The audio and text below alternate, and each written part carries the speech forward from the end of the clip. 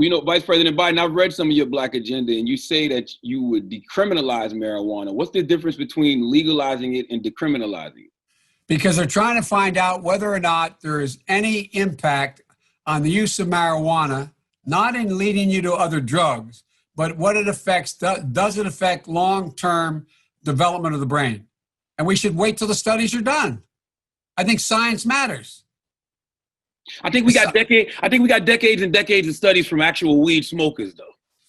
Yeah, I do. I know a lot of weed smokers. I want to ask you about your running mate. I don't know if you saw.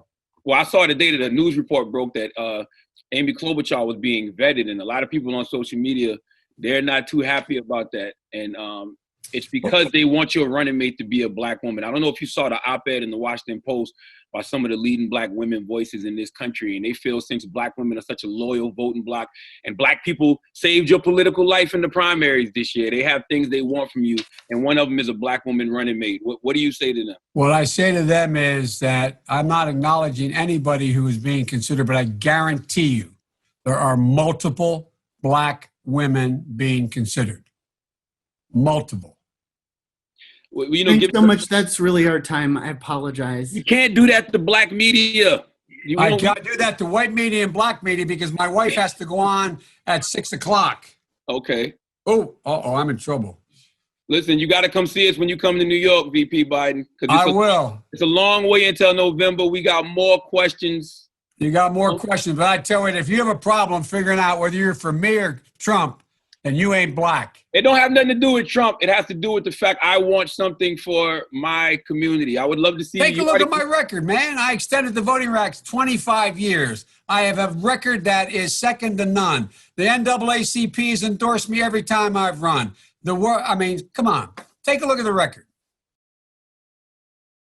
What you all know, but most people don't know, unlike the African-American community, with notable exceptions, the Latino community is an incredibly diverse community with incredibly different attitudes about different things.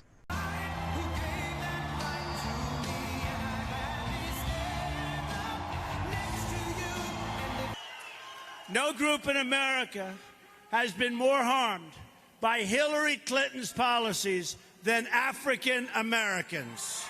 No group. No group.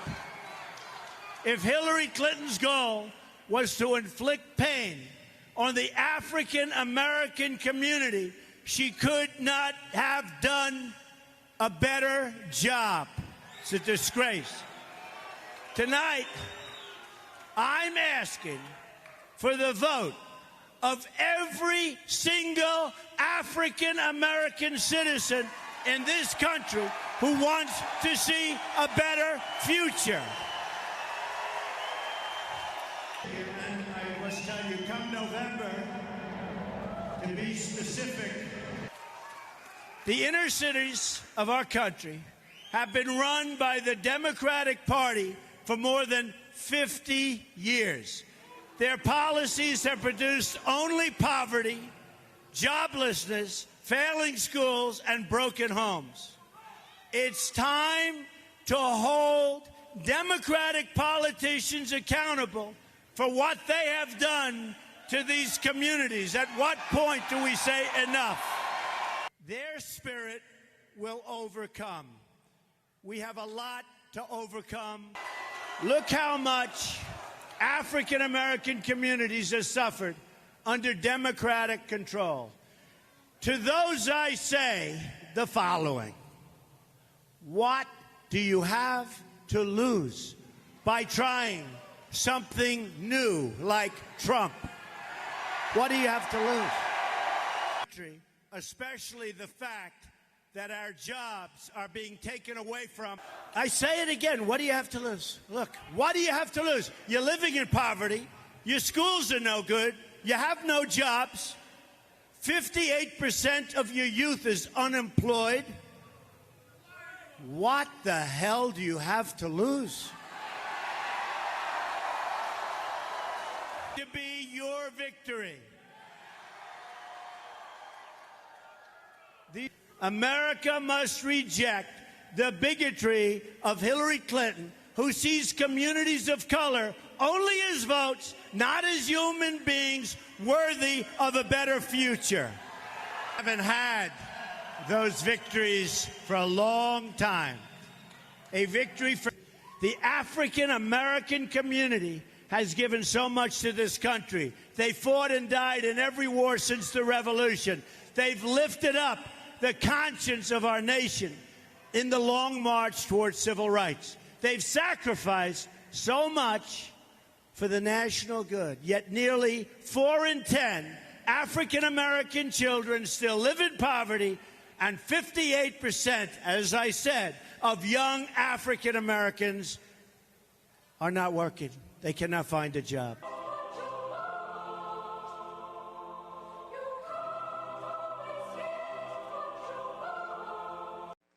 You know, there's so much I have to say about this comment. It would fill a book, but let me try to narrow it down to you with just a few key observations. Joe Biden's policy and voting record have hurt black people, particularly young men. Joe Biden is condescending and he's offensive. Remember, they're going to put you all back in chains. Joe Biden demeans black voters with this simplistic campaign slogan while ignoring the community's concerns with much more complicated issues. Joe Biden is using divisive political insinuations suggesting that Democrats are the good white people and Republicans are the bad white people, which is really amazing based on actual events in our history that truly propelled black people into freedom and a more just society. Now, the sad thing is he'll get traction with this kind of stuff because there are powerful black entities that are bargaining for even more power. Now, fear is their base of power, but they need more. The same people that complain about mean tweets, well, they were ready to overlook stop and frisk policies, all for the money. I hope we get to a point in life where everyone is voting for candidates based on things like national security, economic freedom and prosperity, individual rights, safety, education, worker development, prison reform. Now, speaking for myself, when I walk out of the voting booth in November, I will still be black and prouder than ever for not voting for Joe Biden. It's not just that Donald Trump is saying and doing racist things. He's also implementing policies that are hurting and impacting negatively communities of color. I don't think Donald Trump is doing an awful lot to appeal to African American voters. All of the policy that he's put forward has been anti-people of color. Now, we hear those lines all the time, but here are the facts. Since President Trump took office, black unemployment has hit an historic low and currently sits at about 6.7%. And by the way, he's not satisfied with that. He wants it a lot lower, but still pretty great. The number of African Americans employed is up more than 4%. And the most stunning of all, African American wages, this is my favorite, are up more than 9%. Here now in a truly special debate. I'm so happy about this. Candace Owens, Brexit Movement founder and conservative commentator, and Cornel West, professor of philosophy at Harvard University and professor emeritus at Princeton. Dr. West, I also want to tell you, I really appreciate your coming on the show. You're an old style liberal. I don't mean old and old. I mean, but you like debate and conversation, and I think that's just awesome. So thank you so much for joining us tonight. No, and thank you. Thank you for having me on the show. Absolutely. And I want to begin with a simple question, Dr. West. Are the president's policies, let's just focus now on his economic policies, are they helping the African-American community, in your view? Now, I think that the statistics certainly look good through a narrow lens, so I give him credit in that regard. But we have to keep in mind that on the one hand, you still have grotesque wealth inequality, you have job insecurity, so many people who are working more than one job. We know many people who have withdrawn from the labor force are not counted at all. But I think the problem is, though, my dear sister, is that the president has a language that creates an atmosphere that is so xenophobic against black folk, Mexicans, Muslims. He rarely wants to stay in contact with their humanity. So when you look at the statistics, that's one thing. But when you create an atmosphere and an ambience of xenophobia, it reinforces the polarization, and therefore many black folk wouldn't even be able to connect the statistics that look good with the language, the atmosphere that feels so bad. And that cold-hearted, mean-spiritedness is something that cuts very, very deep in the spirit of people. Have you met him? Have you met him, Dr. West? Ever met the president? No, I've never had a conversation with my right-wing brother. I mean, you know, I've called him a gangster and a proto-fascist in terms of separation of power. But he's a human being. He's a human being, and I could, you know. No, I'm just saying this because, look, you and I don't agree a lot, but I actually really like you. I think I just like the fact that you're out there and you're advocating. I have no problem with it, and I wouldn't call you mean-spirited. We disagree, but I think if you actually were with the president, you might find that you could accomplish a lot together and you could do a lot together. I really believe that. He'll work with pretty much anybody, and that's what I found in my experience. So I'm just throwing that out there, Candace. But there is this tonality issue that people seize on with the president, and they always go back to Charlottesville. They always go back to this S-hole countries. Those are the two things they really seize upon, the travel ban. Those three things probably, for some, just wipe out any other accomplishment. Your reaction? Well, look, I think the president is doing something different. Definitely his tone is different because he tells the truth and he doesn't pander to black America. He hasn't offered us hot sauce. He's offered us jobs. That makes many people uncomfortable because they're from an era where race hustling is a business. They're used to telling black Americans that they're victims, writing books about victimhood, and that is no longer selling in America. And I just wanted to comment back on saying that xenophobia is something that black Americans are afraid of. Xenophobia means that you have a fear, Mr. West, of foreigners. Black Americans are not foreigners in this country. We are a piece of the American dream. We've earned a piece of this American dream, and we're getting tired of people telling us that we are somehow separate of it. I mean, that's really what I have to say. We're doing tremendous under this presidency. There is no candidate that is offering anything on the left to counter what Trump has offered. They're just offering more rhetoric, more fear-mongering, and unfortunately, time is up on this narrative. We are ready to move on and embrace our futures. Oh, Dr. West, go ahead. If I can come straight, I mean, first, xenophobia in the generic sense means the fear of other. And black folk have been othered, enslaved, Jim Crow, Jane Crow, and so forth. So if you want the narrow understanding is just foreigner, but it's the other. Those who have been otherized, those who have been marginalized in this sense. But think of when you call my dear sister Maxine Waters low IQ. She does have a low IQ. That's vicious. That's a fact. You said what? That is a fact. If she took an IQ exam, you would find out that Maxine Waters had a very low IQ. And I will push that challenge. It may not be nice, but it is truth. Okay. When he calls Brother Collin a son of a bitch, you see, this kind of language is ridiculous. I have never used that language. Not you. No, I'm talking about the president. I'm not talking about you, my sister. I'm talking about the president. Dr. West, look, the president called Brother Collin a son of a bitch. Okay, but I think that's a fact. Yeah, I think the nasty language, it's on both sides. I mean, if they call him a gangster, a traitor. I mean, so we can play that game all night long. But I do want to get this out. I want to get to this. The prevailing wisdom, I think Dr. West, highlighted this, is that race relations have deteriorated almost under this president. That's the thought. And that Obama was the great racial healer. Yet, in a new study by a pair of sociologists at UPenn, this is not some conservative outlet, they found that, quote, anti-black prejudice declined by a statistically insignificant degree between 2012 and 2016. But then after 2016, it took a sharp dive. There was also a general fall in anti-Hispanic prejudice too. So, Professor West, to what do you attribute these findings? So prejudice is on the downswing, not on the upswing, at least in these first few years of Trump. Well, based on this particular study, I'd have to examine how they gather their evidence and so forth. But anti-Jewish attacks, anti-Muslim attacks, anti-Mexican attacks, and not just anti-black attacks, but also the police departments, the militarizing of the police departments, the withdrawal of the investigations when police do, in fact, shoot fellow citizens, whatever color they are, but disproportionately chocolate, but that was disproportionately happening black under Obama. and brown.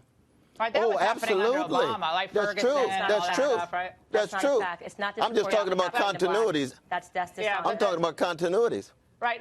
I do want to share this. This was a moment that I think, again, going back to what Candace has worked on and spoken about, and what Dr. West, I think you two could actually be happy about together. Happened at the White House, I think it was last month, and it was an event commemorating the First Step Act. Let's watch. And I really thank you for signing that bill. When y'all passed this, I could have fell through the floor. I'm an example of a woman who has been given a second chance in life. And it's an experience that I never forget. 2 months ago, I was in a prison cell, and I'm in the White House. Let's continue to make America great again. Now, Dr. West, I mean, I don't think they were feeling xenophobia or mean-spiritedness. I think they actually found a president who was willing to work with people who really didn't even like him and didn't think he was probably going to accomplish much. And it got almost no coverage. I think we played it on our show, maybe a few other places, but it didn't get any coverage. What's your reaction to seeing that?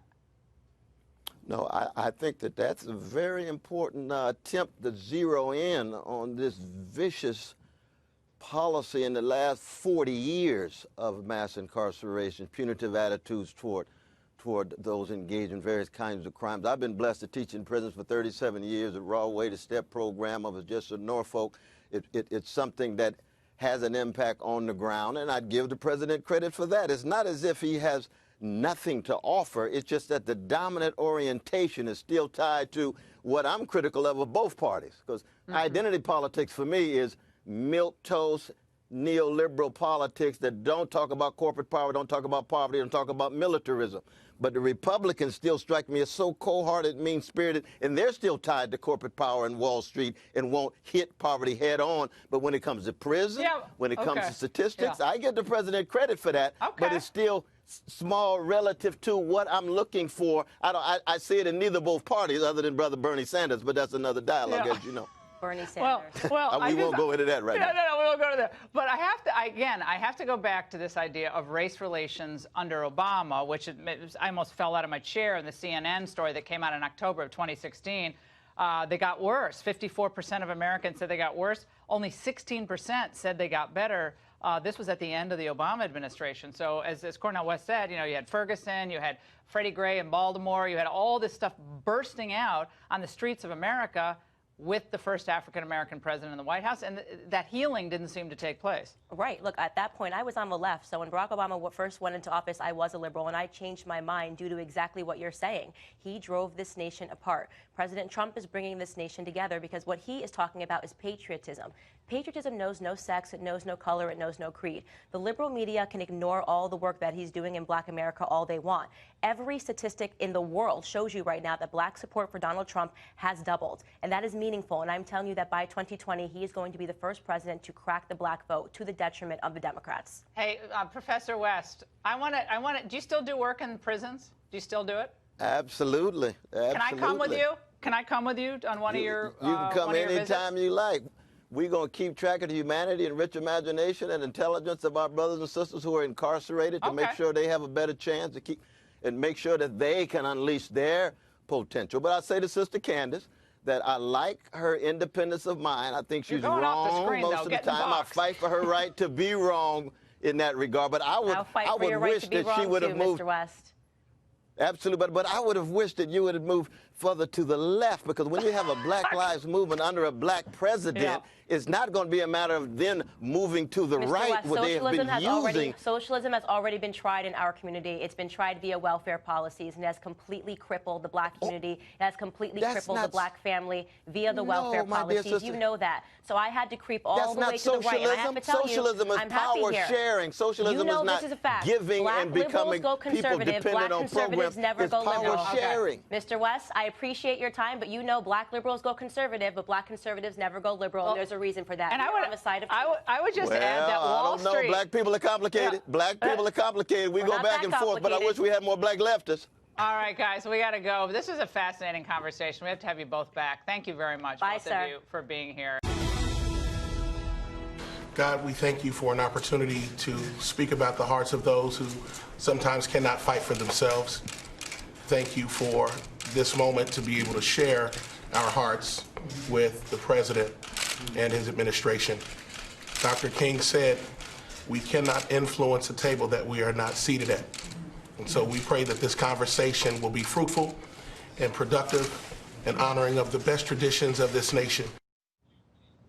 How many times did you see former presidents praying like that? And I love that moment. That was President Trump on Wednesday. He held a meeting with inner city religious leaders where several of the pastors expressed support for President Trump's policies, especially this new push for prison and sentencing reform. Well, that actually did not go over well with some congregants of these pastors who say Trump has not been good for the black community despite a record low unemployment rate. Joining me now are two pastors who attended that event, Pastor Darrell Scott, founder of the New Spirit Revival Center in Cleveland Heights, Ohio, and Pastor Van Moody of the Worship Center Christian Church in Birmingham, Alabama, along with Democratic strategist Antoine Seawright from New York. It's great to have all of you on tonight. Let's start with you, Pastor Van Moody. You received some blowback after being at the White House on Wednesday. Tell us about that.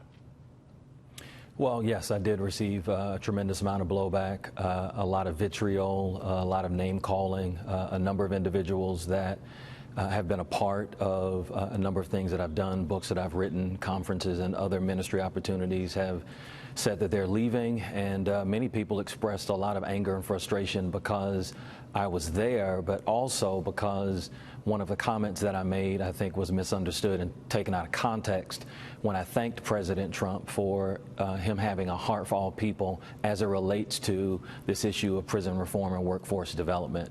So it's been quite a challenge, but once again, I think the purpose of trying to make a difference in the lives of people that are marginalized and voiceless is so much bigger than personal attack and political ideology, and that's why I went in the first place. Well, how ironic that we have a president who seems very open to taking on this very complicated issue of prison reform, ending this scourge of recidivism, where in federal prisons about 76% of the current federal prison population have already served time. They want to put an end to that so people can rejoin communities, get jobs, be retrained, have a job skill. And it's a big and heavy lift, but I think they're going to get this done, and it takes everybody to do this. And Pastor Scott, I'd like you to chime in here because I think it's so brave that Pastor Van Moody came to the White House. I can't believe I have to describe it as brave, but it is brave in this society that we live in today. Yes, I mean, he took a bold step, and I commend and applaud him and the other pastors, my other colleagues, for coming as well. But listen, it's time to put those identity politics aside, put this pettiness aside, try to suppress this black-white divide that the left is trying to promulgate in this country, and sit down and have some meaningful, productive dialogue that can lead to some meaningful, productive change in this country. The president has a heart for prison reform. I've been working with him on this for over a year. The president, Jared Kushner, criminal justice reform is another issue that is on the president's heart that he has a concern about. And we've had many different discussions concerning this, and urban revitalization. I'm working with him on the urban revitalization issues. We're going to endeavor to have the most ambitious public-private partnership regarding urban revitalization in American history. I said it at the meeting. People took me to task. I said this is going to be, President Trump has the potential to be the most pro-black president in my lifetime, because all of the presidents, and I've lived under 12 different presidents, he's the 12th one. The prior 11 were all reactive towards the black community. Even our great icons, Johnson and Kennedy, that they say are holding up as civil rights icons, they were reactive towards social upheaval. President Trump is being proactive towards the black community. Let's get Antoine's. He's doing these things that's great. Let's get Antoine's response. You heard what the pastor just said. Trump could be the most pro-black president in modern history. Your thought? I think that's disappointing. And keep in mind, I'm not a pastor, but I grew up. I'm a fourth generation AME. I grew up in the church. I know a little bit about leadership. My uncle was the 133rd elected AME bishop in the AME church. And what I do know is that when a pastor steps out of the pulpit or in the pulpit, they represent the hearts and minds of the entire congregation. And what we know about this president from the time before when he was running for president up until now, he has not had the best interests of African Americans how do you say that, on the front line. If how do you say that with the results? If you look at his rhetoric, if you look at some of the things his administration has done, if you look at some of the policy stance he has taken, whether it's voter suppression, whether it's mandatory, absolutely. Whether it's mandatory, all the things that this president has done, whether he's talking about S-hole countries, whether he's called Mexicans, rapists, and thugs. If you look at all those issues, this president you're throwing out a lot of stuff. Half of it, or most of it, is misstated or misrepresented. This president has never had the interests of African Americans, and he campaigned on the issue that he wanted to undo everything Barack Obama had done. This was the guy who started the birther movement. And so you can say what you want. Listen, I'm not here to judge Pastor Moody in. You're giving a speech. Speeches don't work on cable television. I'm not trying to give a speech. I'm clearly articulating why I disagree with these pastors. Yeah, well, it's bumper sticker mentality. Pastor Moody, go ahead. Yeah, I think one of the things that people have to understand is, for me as a faith leader, I'm called to something much higher than politics and egos and ideology. And for me, this was very simple. There are a number of individuals that are voiceless and disenfranchised in the prison population. African Americans, for an example, make up 12 to 13% of the American population, but nearly 35% of the prison population. And so for me, it's not a left issue, it's not a right issue. It is how can we help issue and how can we continue to model the ethic of Jesus Christ. And it is not about sacrificing people who are in... Exactly, but it is not about, if we're going to do this, we've got to set aside petty politics, we've got to put our egos aside, and we've also got to be able to find commonality between this issue of what you like and what I don't like. I believe that even if we're talking about Donald Trump here, you do know that, right?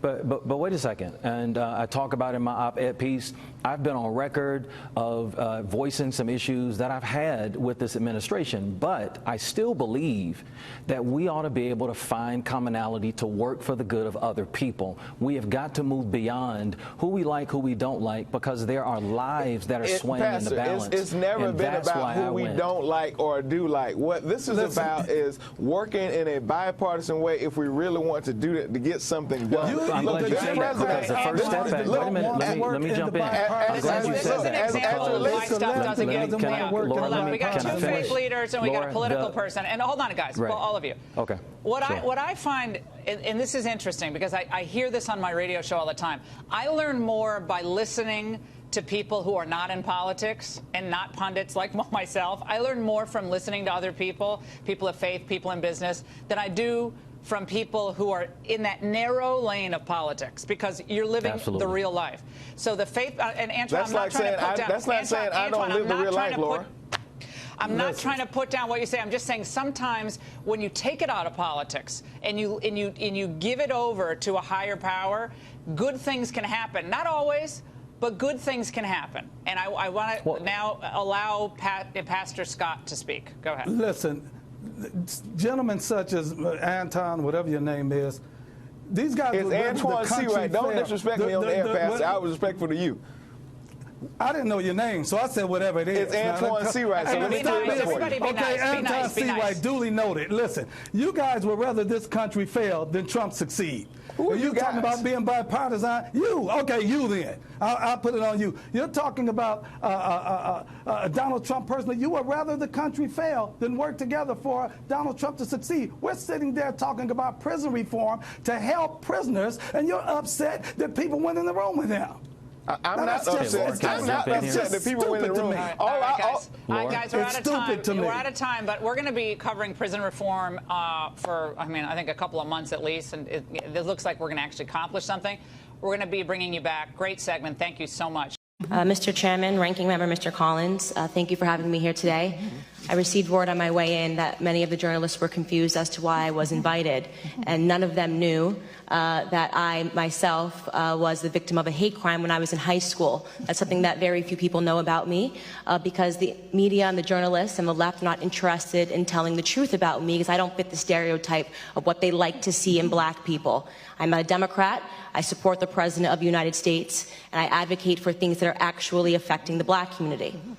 I'm honored to be here today in front of you all because the person sitting behind me is my 75-year-old grandfather.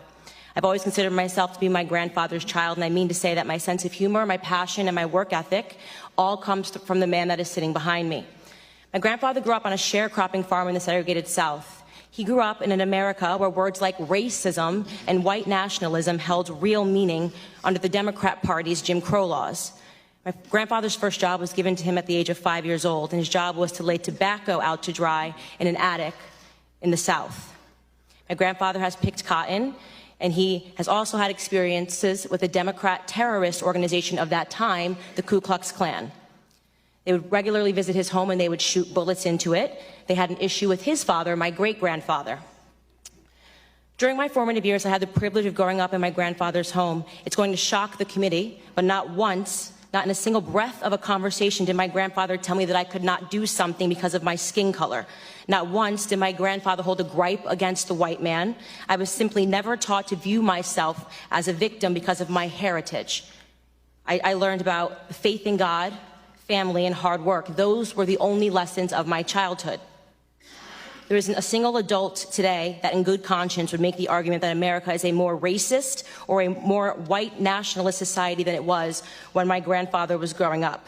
And yet we're hearing these terms sent around today because what they want to say is that brown people need to be scared, which seems to be the narrative that we hear every 4 years right ahead of a presidential election. Here are some things we never hear. 75% of the black boys in California don't meet state reading standards.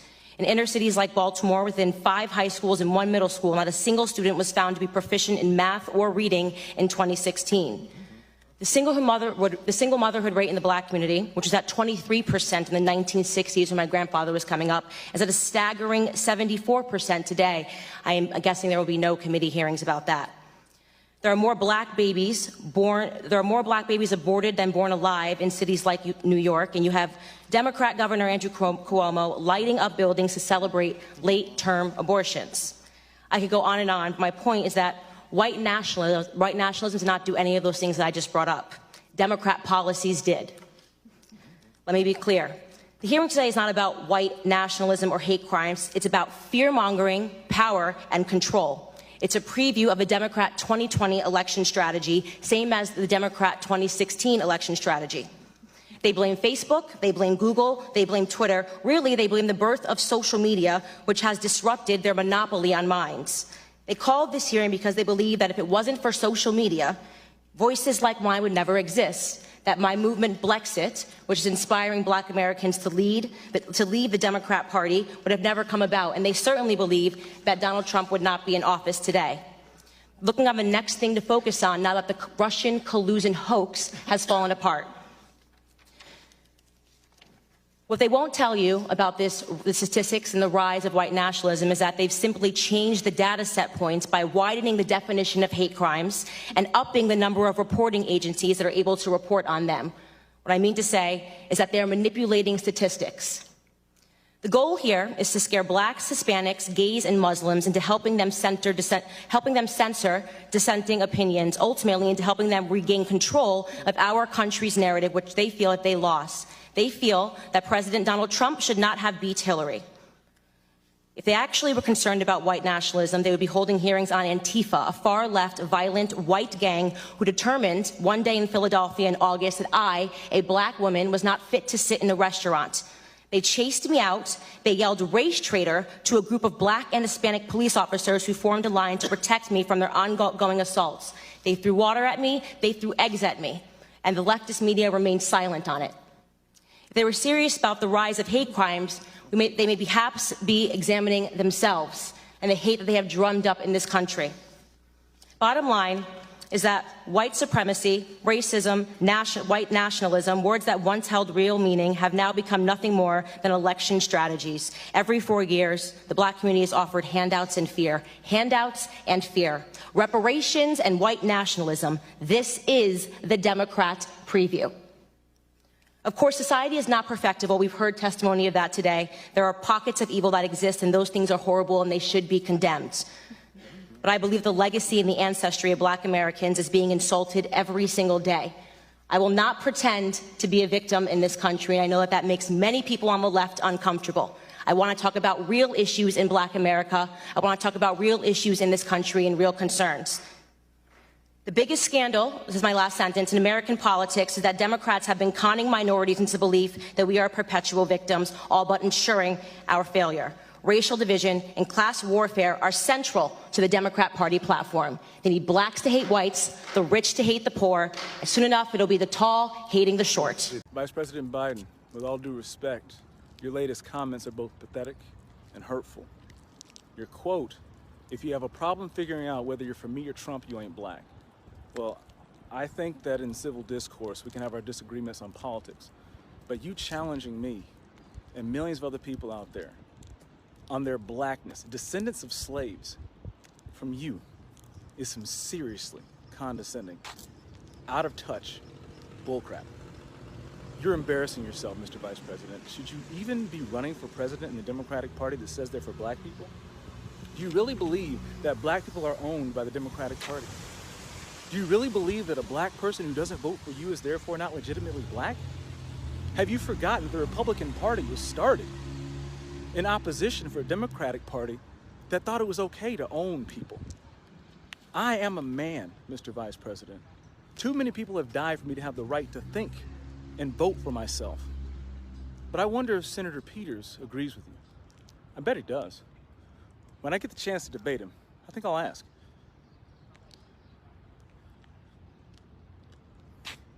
You should think long and hard about what you said and what it means. And also, your use of the word ain't. You should also make sure you carry hot sauce in your purse next time.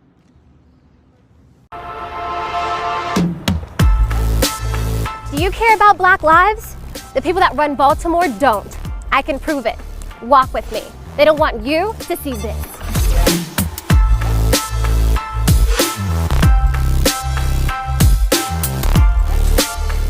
I'm Kim Klasick. This is Baltimore, the real Baltimore. This is the reality for black people every single day. Crumbling infrastructure, abandoned homes, poverty, and crime. Baltimore has been run by the Democrat Party for 53 years. What is the result of their decades of leadership? Baltimore is one of the top 5 most dangerous cities in America. The murder rate in Baltimore is 10 times the US average. The Baltimore poverty rate is over 20%. Homicide, drug, and alcohol deaths are skyrocketing in our city. Do you believe Black Lives Matter? I do. The vast majority of crime in Baltimore is perpetrated against black people, who make up 60% of the population. So why don't we care about our communities? The Democrat Party have betrayed the black people of Baltimore. If the politicians walked the streets like I do, they would see exactly how their policies and corruption affects us. If they don't want to see it, they don't want you to see this. Go to any Baltimore neighborhood and ask this question. Do you want to defund the police? No. No. Absolutely not. I had 3 sons killed in Baltimore City. And I think if we defund the police office, it's going to be worse than that. So no, I'm opposed to that. What are you going to defund the police for? Why? How do you defend your city, your community? Families are losing people. It's not just Baltimore. The worst place for a black person to live in America is a Democrat-controlled city. It's 2020. Name a blue city where black people's lives have gotten better. Try. I'll wait. Look at this. How are children supposed to live here and play here? Democrats think black people are stupid. They think they can control us forever, that we won't demand better and that we'll keep voting for them forever, despite what they've done to our families and our communities. Are they right? I'm Kim Klacik, and I'm running for Congress because I actually care about black lives. All black lives matter. Our communities matter. Baltimore matters. And black people don't have to vote Democrat.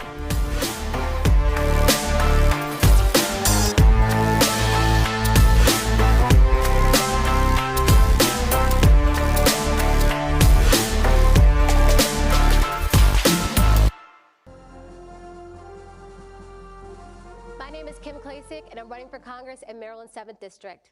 And like Shirley Chisholm, I'm unbought and unbossed.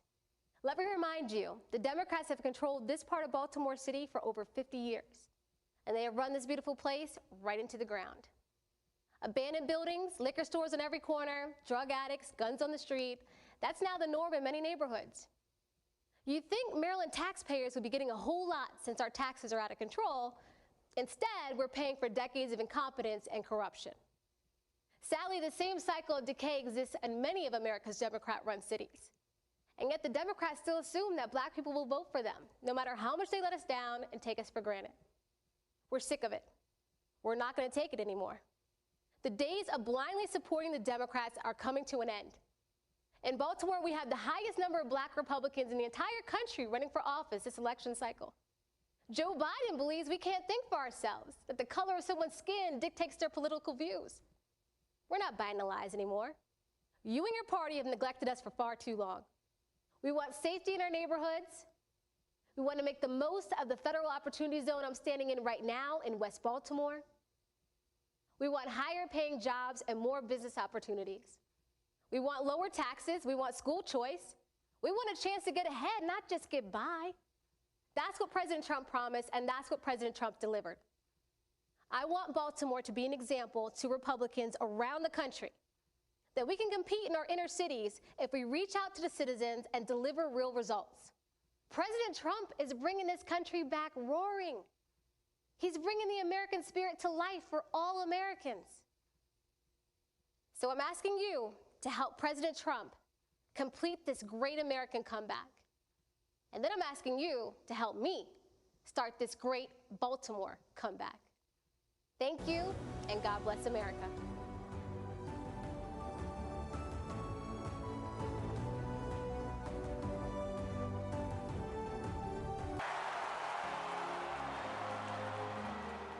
This current administration had made hope possible. We want this nation to continue to be the beacon of hope for the world. How many people said they're going to leave America if Donald Trump was elected? They're all still here, and they're not going anywhere because we are in the land of the free. We will never, ever... Who's made America great again, and who knows America's best days are still in front of us. And that's why I'm busting my tail to help him get reelected. I'm asking you to do the same. Thank you, and God bless our country. I'm not an actor, a singer, or a politician. I'm Herschel Walker. Most of you know me as a football player, but I'm also a father, a man of faith, and a very good judge of character. I've known Donald Trump for 37 years, and I don't mean just casual ran into him from time to time. I'm talking about a deep personal friendship. I watched him as an owner of a professional football team. Right after he bought the team, he set out to learn. He learned about the history of the team, the players, the coaches, every detail. Then he used what he learned to make the team better. I watched him in the boardroom. He can be in the middle of a big meeting, but if one of the kids was on the phone, he dropped everything to take the call. He taught me that the family should be your top priority. I watched him treat janitors, security guards, and waiters the same way he would treat a VIP. He made them feel special because he knew they were. He understands that they are the people who make this country run. They clean, they cook, they build, they drive, they deliver. He told me, Herschel, make an effort to get to know people. Remember their names. That stuck with me. One time, I planned to take his kids to Disney World with my family. At the last minute, Donald said he'd like to join us. So there he was, in a business suit, on It's a Small World ride. That was something to see. It just shows you what a caring, loving father he is. It hurt my soul to hear the terrible names that people call Donald. The worst one is racist. I take it as a personal insult that people would think I've had a 37-year friendship with a racist. People who think that don't know what they're talking about. Growing up in the Deep South, I've seen racism up close. I know what it is, and it isn't Donald Trump. Just because someone loves and respects the flag, our national anthem, and our country, doesn't mean they don't care about social justice. I care about all those things. So does Donald Trump. He shows how much he cares about social justice in the black community through his actions. And his action speaks louder than stickers or slogans on a jersey. He keeps right on fighting to improve the lives of black Americans and all Americans. He works night and day. He never stops. He leaves nothing on the field. Some people don't like his style, the way he knocks down obstacles that get in the way of his goals. People on the opposing team didn't like when I ran over them either, but that's how you get the job done. I pray every night that God gives him more time. Give him 4 more years. He has accomplished so much almost all by himself on a constant attack. But there's still more work to be done. If you love America and want to make it better, Donald Trump is your president. He's my president, and I'm blessed to call him friend.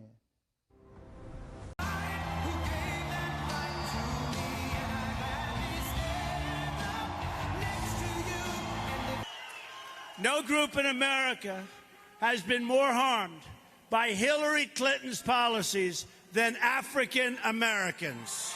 No group. No group. If Hillary Clinton's goal was to inflict pain on the African American community, she could not have done a better job. It's a disgrace. Tonight, I'm asking for the vote of every single African American citizen in this country who wants to see a better future. And I must tell you, come November, to be specific, the inner cities of our country have been run by the Democratic Party for more than 50 years. Their policies have produced only poverty, joblessness, failing schools, and broken homes. It's time to hold Democratic politicians accountable for what they have done to these communities. At what point do we say enough? Their spirit will overcome. We have a lot to overcome. Look how much African American communities have suffered under Democratic control. To those I say the following: what do you have to lose by trying something new like Trump? What do you have to lose? Especially the fact that our jobs are being taken away from. I say it again, what do you have to lose? Look, what do you have to lose? You're living in poverty, your schools are no good, you have no jobs, 58% of your youth is unemployed. What the hell do you have to lose? To be your victory. America must reject the bigotry of Hillary Clinton, who sees communities of color only as votes, not as human beings worthy of a better future. I haven't had those victories for a long time. A victory for the African American community has given so much to this country. They fought and died in every war since the revolution.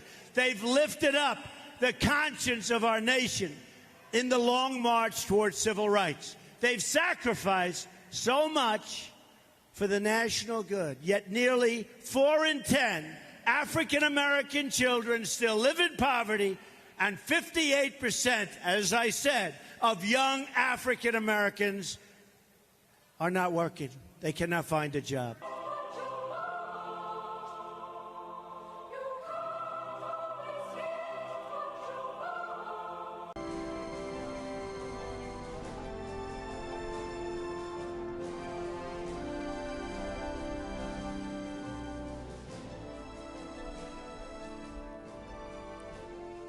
Hello, America.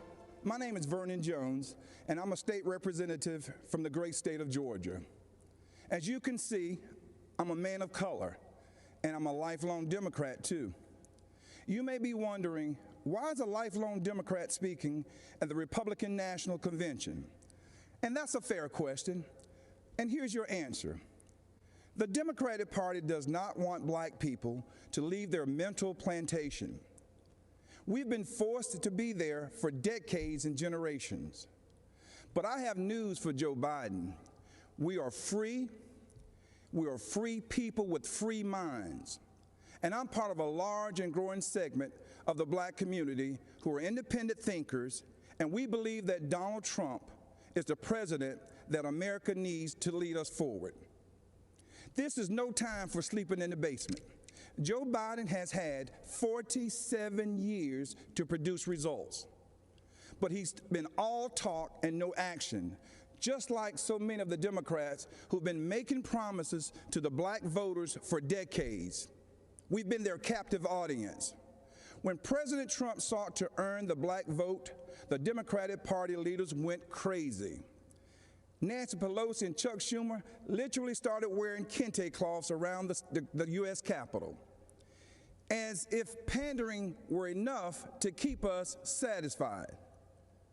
Let me tell you why I'm supporting our president. I grew up in the South, in Laurel Hill, North Carolina, Scotland County, the Green Pond community to be exact. My parents, Robin and Rufus Jones, built with their own hands a 4-room cinder block home with no indoor plumbing. They had very limited education, but they instilled in us a strong work ethic that drove me from those tobacco fields of North Carolina to those hallowed halls of the Georgia General Assembly. My parents taught me if I believed in God, worked hard, and treated every person fairly, there was no limit to what we could achieve.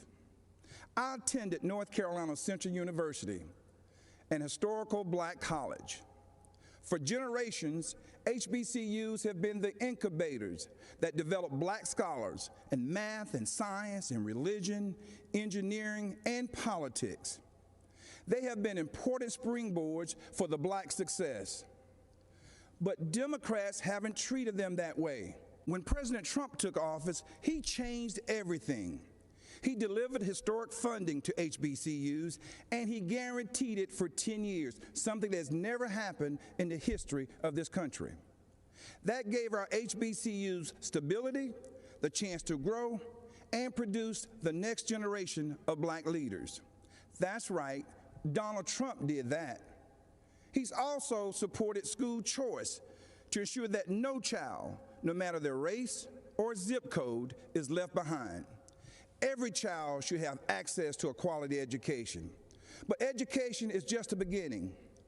The president also built the most inclusive economy ever, with record low unemployment for African Americans and record high participation in the workforce. He put opportunity zones in the Trump tax bill that would drive investment into our communities for decades to come.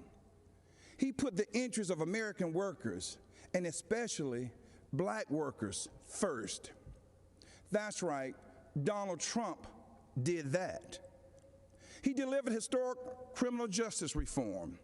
He ended once and for all the policy of incarceration of black people, which has decimated our communities, caused by no other than Joe Biden. Democrats wouldn't do it, Obama didn't want to do it, and Joe Biden and Kamala Harris definitely wouldn't do it.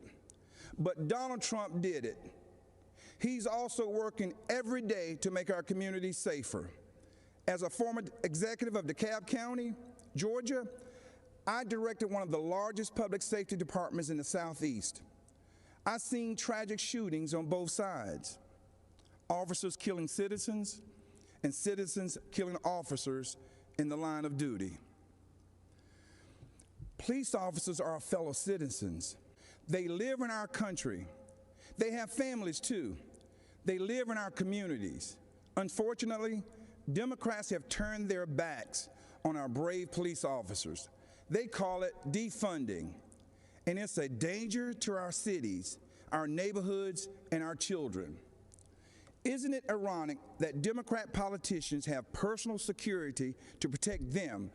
So why don't they forego their security and replace them with social workers, especially since that's what they want for you and me? Our police need more funding, not less, for frequent psychological examinations, for non-lethal remote restraint technology, and for more de-escalation and use of force training. These are the common sense solutions that President Trump supports. True, sincere police reform. That's right, Donald Trump did that too. Education, jobs, safety, security, on issue after issue. And in just a single term, he destroyed these negative forces that have victimized the black community for decades. He gave us the opportunity to rise. Now, you know, when I made the public announcement of my support for President Trump, all hell broke loose. I was threatened, called an embarrassment, and asked to resign by my own party. Unfortunately, that's consistent with the Democratic Party and how they view independent thinking black men and women. But I'm here to tell you that black voices are becoming more woke and louder than ever. The Democratic Party has become infected with a pandemic of intolerance, bigotry, socialism, anti-law enforcement bias, and a dangerous tolerance for people who attack others, destroy their property, and terrorize our own communities. That's what this election is all about.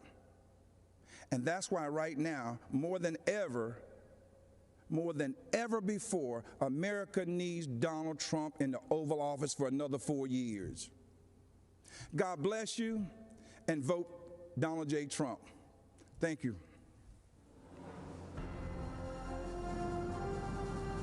Putting America first, having a thriving economy, having happiness.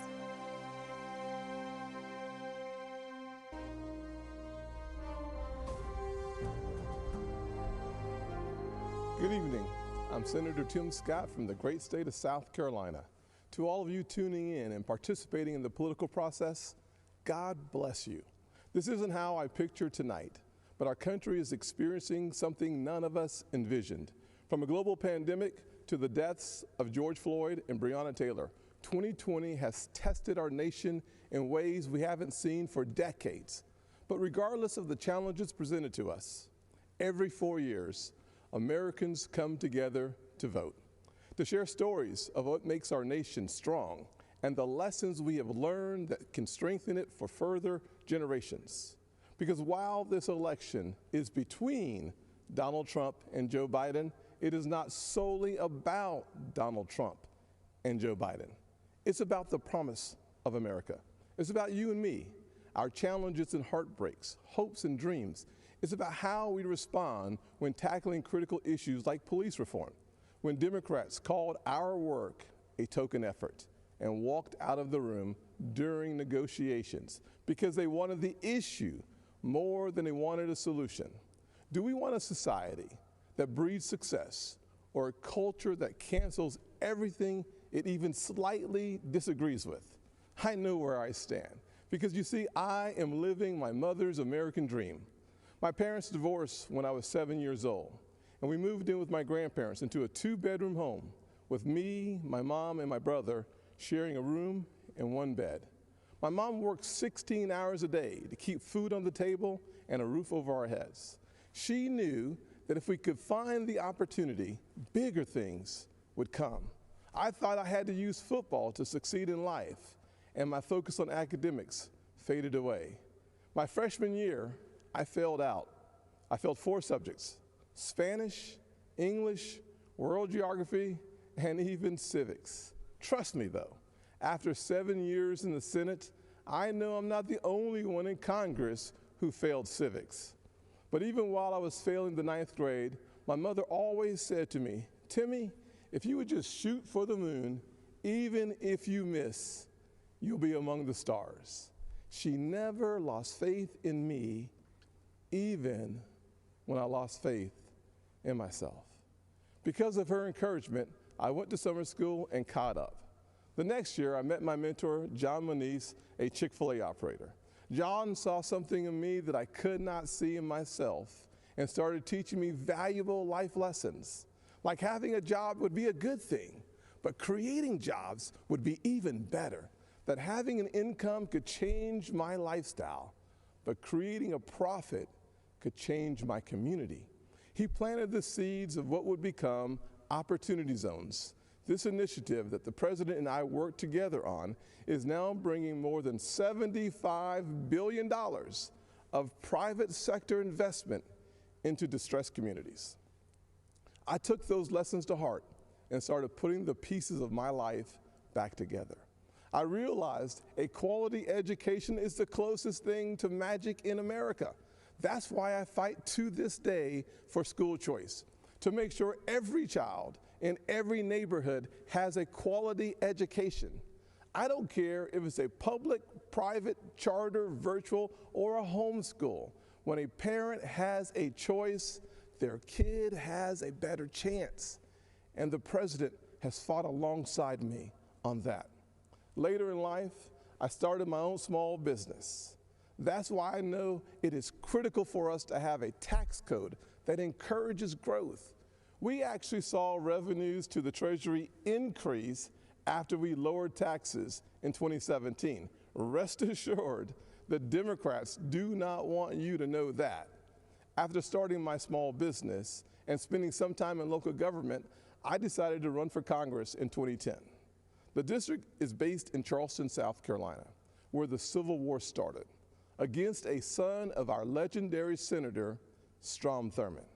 You may be asking yourself, how does a poor black kid from a single-parent household run and win in a race crowded with Republicans against a Thurmond? Because of the evolution of the Southern heart. In an overwhelmingly white district, the voters judged me not on the color of my skin, but on the content of my character. We live in a world that only wants you to believe in the bad news, racially, economically, and culturally polarizing news. The truth is, our nation's arc always bends back towards fairness.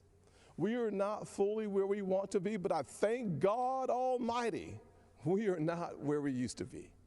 We are always striving to be better. When we stumble, and we will, we pick ourselves back up and try again.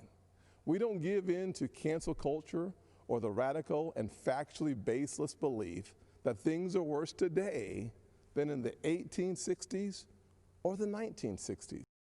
We have work to do. I believe in the of America. I promise that all men and all women are created equal. And if you're watching tonight, I'm betting you do too. Over the past 4 years, we have made tremendous progress towards that promise. President Trump built the most inclusive economy ever. 7 million jobs created pre-COVID-19, and 2/3 of them went to women, African Americans, and Hispanics. The first new major effort to tackle poverty in a generation, opportunity zones. We put hard-earned tax dollars back in people's pockets by cutting their taxes, especially for single-parent households like the one I grew up in, cutting single mothers' taxes 70% on average. President Trump supported these tax cuts for those single moms and other working families and signed these policies into law, and our nation is better off for it. So, I'm going to ask you, the American people, not to simply look at what the candidates say, but to look back at what they've done. This election is about your future, and it is critical to paint a full picture of the records of Donald Trump and Joe Biden. Joe Biden said if a black man didn't vote for him, he wasn't truly black. Joe Biden said black people are a monolithic community. It was Joe Biden who said poor kids can be just as smart as white kids. And while his words are one thing, his actions take it to a whole new level. In 1994, Biden led the charge on a crime bill that put millions of black Americans behind bars. President Trump's criminal justice reform law fixed many of the disparities Biden created and made our system more fair and just for all Americans. Joe Biden also failed our nation's historically black colleges and universities, heaping blame on them as they fought to ensure our young folks had access to higher education. Once again, to clean up Joe Biden's mess, President Trump signed into law historically high funding for HBCUs, as well as a bill to give them permanent funding for the first time ever. And now Joe Biden wants to come for your pocketbooks. Unless, of course, you're a blue state millionaire. I'm serious. That's one of their solutions for the pandemic. They want to take more money from your pocket and give it to Manhattan elites and Hollywood moguls so they get a tax break. Republicans, however, passed President Trump's once-in-a-generation tax reform bill that lowered taxes for single moms, working families, and those in need. So when it comes to what Joe Biden says he'll do, look at his actions. Look at his policies. Look at what he already did and what he didn't do while he's been in Washington for 47 years. Ladies and gentlemen, people don't always see those failures because they think we're having a policy debate on two sides of an issue. That is not what is happening. Our side is working on policy, while Joe Biden's radical Democrats are trying to permanently transform what it means to be an American. Make no mistake, Joe Biden and Kamala Harris want a cultural revolution, a fundamentally different America.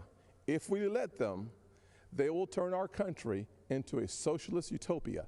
And history has taught us that path only leads to pain and misery, especially for hardworking people hoping to rise. Instead, we must focus on the promise of the American journey. I know that journey well. My grandfather's 99th birthday would have been tomorrow.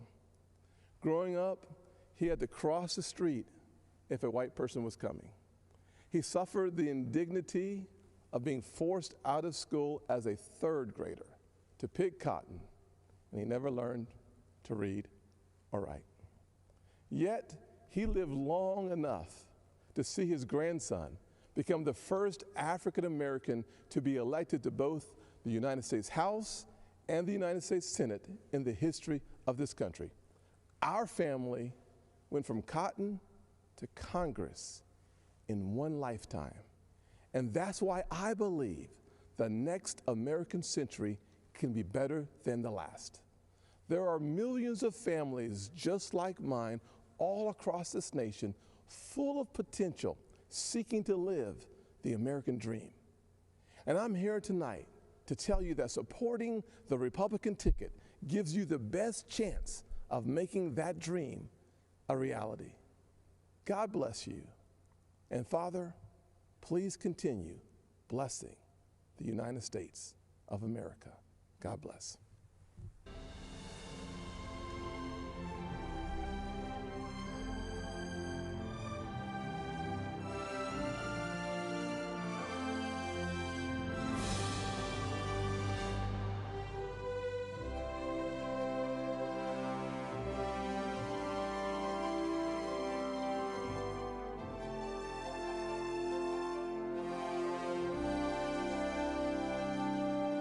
Well, speaking about the fight for law and order, tonight at the RNC and joining us now, Kentucky Attorney General Daniel Cameron. Good to have you back, sir. Thank you for having me, Shannon. I really appreciate it. What do you make of what we are seeing in cities across the country, sparked by the death of George Floyd back in May? You all have a big case there in Kentucky with Breonna Taylor, and a lot of people waiting for action in that case as well. What can you tell us? Well, one of the thing I'll say as it relates to Ms. Taylor is that part of the reason I was here in D.C. was to have an opportunity to speak with the FBI and the Department of Justice as it relates to the case. We're still waiting on some information from the FBI as it relates to ballistics analysis that's being undertaken there. We hope to receive that information soon and then be able to analyze it and make judgments from there. One of the things I noted in the speech this evening is that Republicans recognize those who fight in earnest for justice, equality, and peace. That's a foundation or tenet of the Republican Party, always has been since its founding. That was something that I tried to articulate this evening. But at the same time, we cannot, just as Jacob Blake's mother mentioned, we cannot stand for lawlessness and chaos in this country. And so as Republicans and as Americans, I think people see some of the violence that has hijacked some of the peaceful demonstrations. People are worried about that.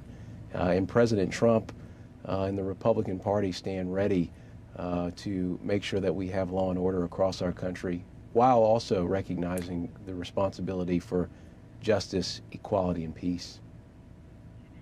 So what do you say to those who put the blame on what we're seeing for a lot of unrest and racial tension at the president's feet? Politico saying this, the president tried hard to soften his image on race, talking about the RNC, but can 4 nights of testimonials make up for 4 years of stoking racial divisions? Do you think that's a fair accusation against the president? I don't think it's a fair accusation. This president has been about since day one fighting for all Americans and improving our economy.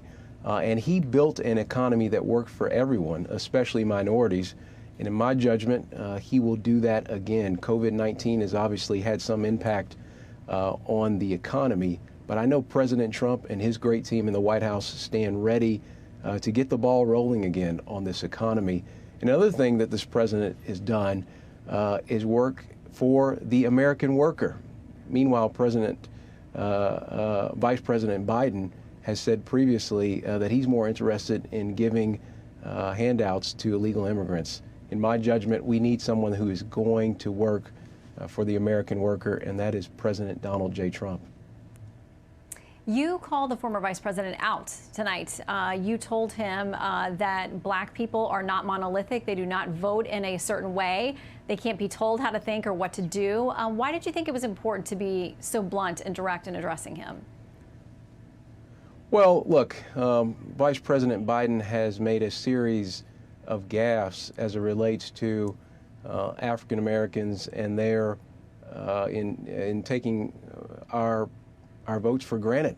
We've seen that time and time again in some of the comments that he's made, whether it be telling folks that if you ain't voting for him, you ain't black, or the fact that he goes onto a show with a black journalist and in that same context says and mentions the word junkie.